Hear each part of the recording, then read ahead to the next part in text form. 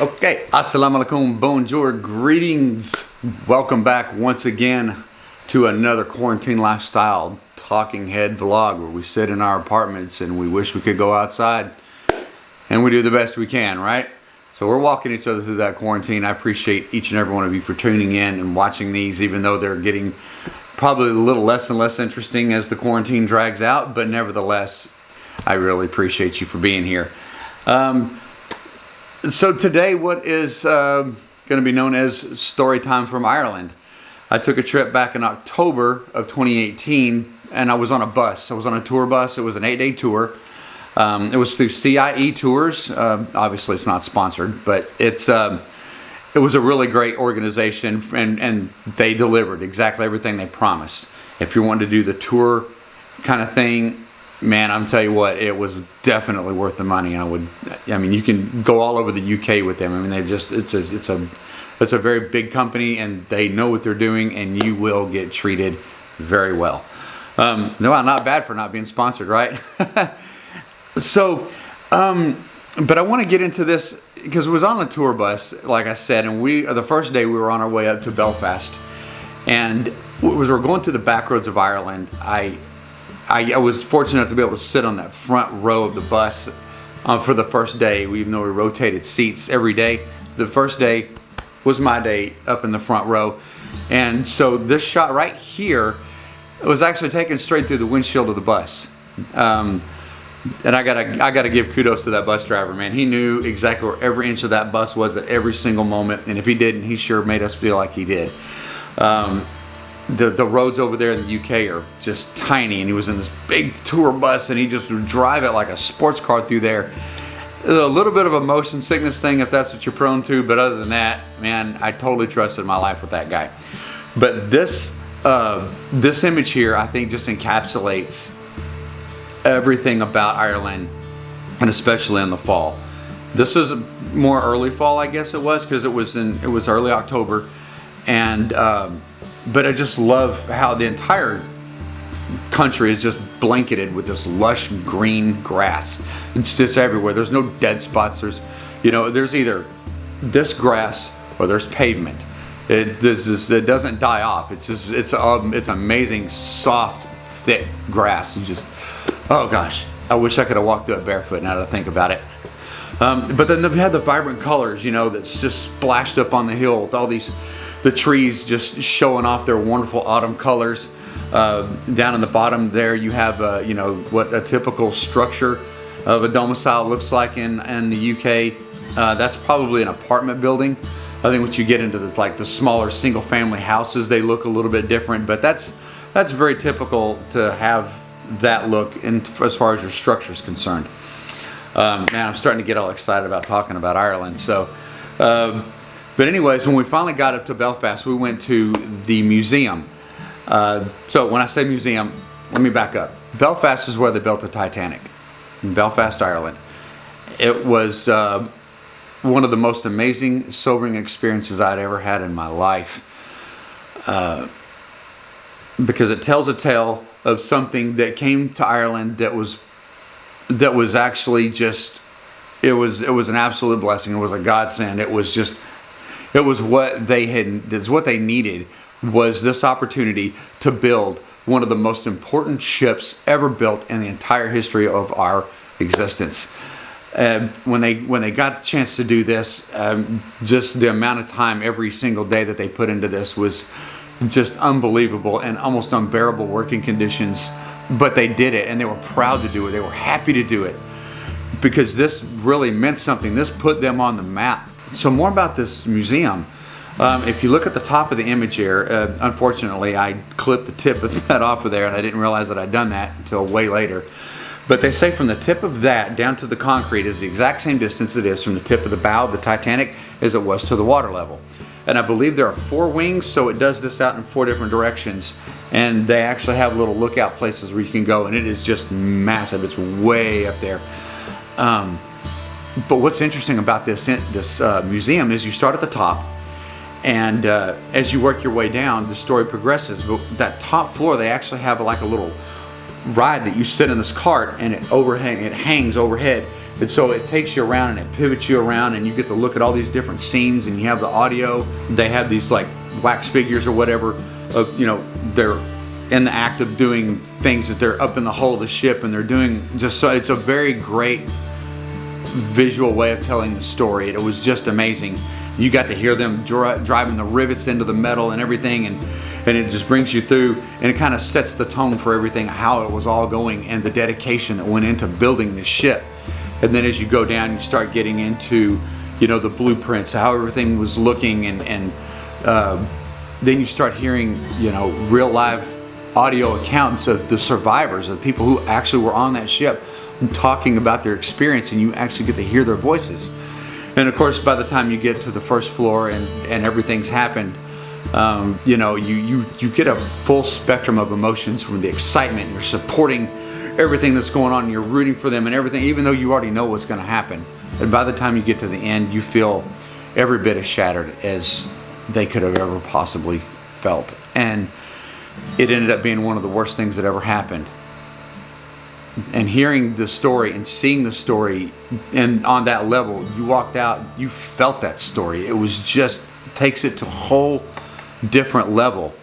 And it was just really an unbelievable experience, and I'm so glad I got to do that. And here is this outside part here that you see now. This is a place where this is a part of where they actually built the hull of the ship. This is outside, obviously. But there's another platform that sits just to the left of it. I don't remember how far apart, but it was wide enough apart that this is where they put the framing, where they start to build the hull. And what they've done here is they put this glass across the front of this platform that has the names of everyone who died on the Titanic. And to look at this and to actually see the names, you know that people still to this day go to see their relatives' names on this wall. And that's very moving, and that really, it kind of hits, because, you know, I have ancestry from Ireland. You know, I don't know if I'm related to any of these people, but they're still my people. And so that was a big thing for me to see that.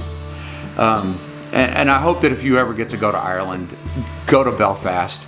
They've got a great city. They've got great food. But definitely go and spend some time at this museum, because I promise you, you're going to come away with an understanding of this story like the movie could never, ever have done. Then from there, we went up to a place called Giant's Causeway. Now, Giant's Causeway is basically what happened is, I'm thinking some millions of years ago, there was a massive volcanic eruption, and this geological event caused all these basalt columns, these hexagonal shaped basalt columns, to form up out of the ocean. And it caused all the formation of these hexagonal pylons to come up out of the ocean, and some of them go as much as about 12 meters high. And for those of us Americans not versed in the metric system, that's about 40 feet, almost right at 40 feet. Some of those tower that tall, but I didn't get a shot of those. And I'm sorry, but what I did have managed to find one of these images that kind of gives you an idea of what it looks like. And these are just, I mean, and the whole area is just big enough to allow for, you know, 100 people to walk around and everyone have their own space and take their snapshots and things like that. But I didn't have a lot of time here. Of course, it's the middle of the day, and I just really I kind of felt a little bit rushed. That was the only bad part about being on a tour, was if you're trying to get some good landscape photography, if you're trying to do some things like that, that's not the most conducive way of doing it. It doesn't work for you. It's not. It's a get in, get your snapshots, look at it, everything, and all that. Maybe go buy a souvenir, and then let's get back on the bus. So I had about an hour, and I was really making sure that I could see as much of it as possible. But anyways, that's Giant's Causeway. So, and actually, there's a little bit of an interesting tale about this. I almost forgot to tell you. This goes back, the myth is that there were two giants, one Scottish, one Irish, and the Scottish giant, I believe, challenged the Irish. The Scottish giant challenged the Irish giant.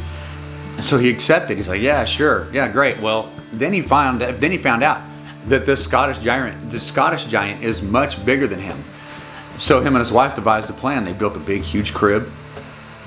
They disguised him as a baby and put him in there on the day of this fight and kind of set him out there where he could be seen out on this causeway that they had built for this fight.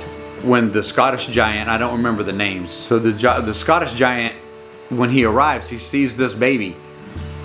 It's a very crude myth, but he sees this baby out here in this crib, this baby, and he says, oh, if this is the baby, then the giants here must be just unbelievably huge, and there's no way I'm ever going to beat this guy. So he retreats, he flees, he recants his challenge, and crisis averted for the actual smaller giant in the story. Honestly, that's cute, but I prefer the real story about the volcanic eruptions, because that to me is a lot more interesting than that. But that's just a little bit of the whimsical myth behind the Giant's Causeway on a very, very chopped up paraphrasing of the myth. So to those of you who are more UK buffs and know all about that, you're probably just clicking off my video going, you're an idiot. And that's fine, I get it. I totally get it. So now from Giant's Causeway, we went down to the next place, which I believe was the Cliffs of Moher. If you ever want to feel really, really small, like a mote of dust small, go to the Cliffs of Moher. These things tower 700 feet over the sea. If you can look up on top over there by the castle, that castle-like thing, you see all the people over there, you see how small they look compared to the rest of the landscape, and it really adds a scale to this, because you really wouldn't understand just how tall these are until you try to put a human element in there. And that tower that you see there is probably about, I don't know, 35, 40 feet tall. So even at that, you can see how small that looks compared to the cliffs. And it was just, you almost got dizzy looking off the cliffs because they were so high up and everything was so massive. You almost felt out of control of your own element. And it was very, very humbling. And it was just at the same time, you felt like a part of something so big. And you was like, you couldn't be just, you was like, oh, this is my home. This planet is my home. And you was like, this is so fantastic. And so I spent the entire time just walking just to see how much of it I could see. And as far as the photography goes, I really got one shot in that I was actually kind of proud of, and that's this shot right here. This is from the vantage point where you just saw me standing in the previous shot. And I just love how the grayscale just goes from right to left. It just gets smaller and lighter as it goes out and just kind of traverses across. And it just leads your eye from one end of this to the other side of it. Again, this was taken in the middle of the day without a tripod. And it did take a little bit of work to make something out of this image. But I just love how it shows how they just stair step out into the ocean. The Cliffs of Moher was one of the most absolute greatest landscape phenomenons I have ever seen. And I really want to go back and do this, like rent a car and go and be able to spend my own time, be there on a time that I want to be there instead of the middle of the day, and do the Cliffs of Moher properly in terms of landscape photography. It was just an absolute great time. Then the next place we went to was called the Westport House in Westport, Ireland. Now the Westport House, this residence was owned by Grace O'Malley, and she was this pragmatist politician type person. She was a political pragmatist rather, and she did a lot for the people of Ireland. They have erected a statue, probably numerous, I don't know, but they've turned this house, her mansion, they turned this whole thing into a really, really fantastic museum with very, very beautiful furniture. The decor is very royal in terms of UK royal type of look. It's just, everything is just perfect. The intricate artwork that has gone into everything in that house, from the simplest end table to a painting to, you know, this, everything was just so beautifully done, and the details right down to the smallest ones.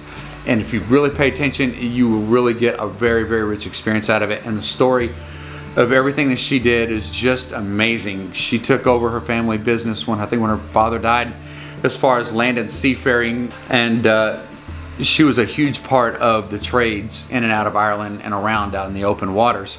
She was a captain of a ship. You know, she was just this amazing, amazing person. who definitely made her mark in Irish history. So if you want a better version of that, you can always go look up Grace O'Malley, the Pirate Queen, and you're going to get quite a story with that. While I was out walking the grounds after the tour, I just love, you know, it was a nice settling rain. I did get wet, but it just felt so nice outside, and I just loved the quiet soaking rain that was going on. And as I was out walking the grounds of the Westport house, I came across this tree. And obviously, you know, you can see how it grabbed my attention. I mean, just look at the faces. I mean, can you see the faces in the trunk? It just kind of looks like the whole thing has just got tormented souls trapped in it. It's just something very evil and twisted about it. But for me, it's a look. And I like the feel that it puts out. I know it's not real. I know it's just the way the wood knotted and twisted as the tree grew, and then it finally died, and now we have this. But it's how it looks that I like. But even at this, there were a couple of things about it that I didn't like. One, I felt that in color, it just didn't really convey the feeling that I had when I looked at this. And that little branch at the top that leaves the picture, that's a no-no landscape photography, unless you can absolutely help it and it works on the crop. But for something precarious like that, that's not a good thing. So I changed it, and now it looks like this. So you guys tell me what you like better. That is really my story. That's what we've got going on here. That was my trip to Ireland. It was a kind of a rush trip. I didn't get a whole lot of great images. I have a lot of images, but these were actually the best ones that I had that weren't through the window of a bus or just otherwise just snapshots that I really didn't have a lot to talk about. It was more for personal collection.